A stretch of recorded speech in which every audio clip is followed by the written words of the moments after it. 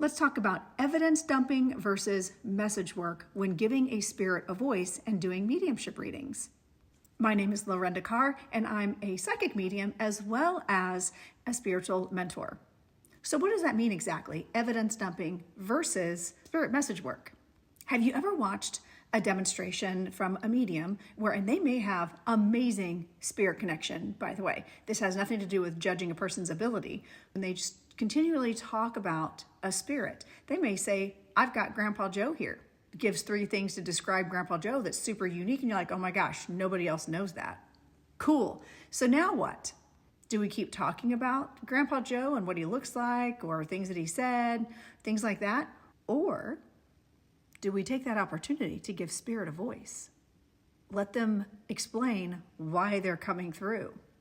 So say within the first 30 seconds, we know exactly who we've got. We've got Grandpa Joe.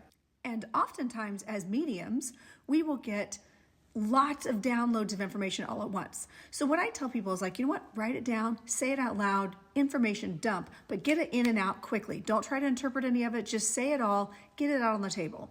Don't try to interpret any of it. Just say what you see, hear, feel, and know. Then we sort it out. So if you're ready to take your mediumship to another level, then what you'll do is you'll hone in on the list of things that the spirit brought through as evidence. And you're going to ask spirit, what do you want me to talk about first? Or what piece of information would you like me to hone in on, and why? We call that finding a vocal point.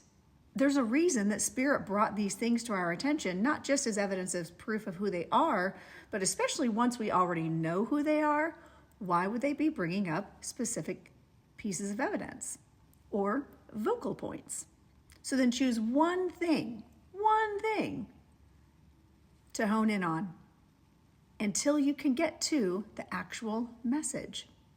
And the message isn't always profound necessarily, but the message is always healing in some way and allows spirit to be a part of the conversation with the sitter. And how amazing is that? Isn't that what we do? Why we do what we do? Our job is to give spirit a voice. So once you've honed in on one vocal point, you've kind of gone down the rabbit hole a little bit, and you get to the message of why that was coming through, then move on to the next vocal point.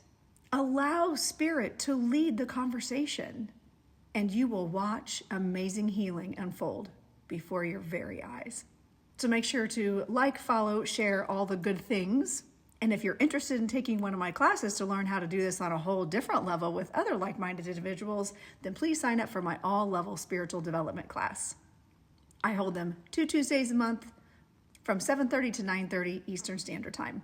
And you don't have to take all of the classes. You can just pop in and take one. And you don't have to have a bunch of experience.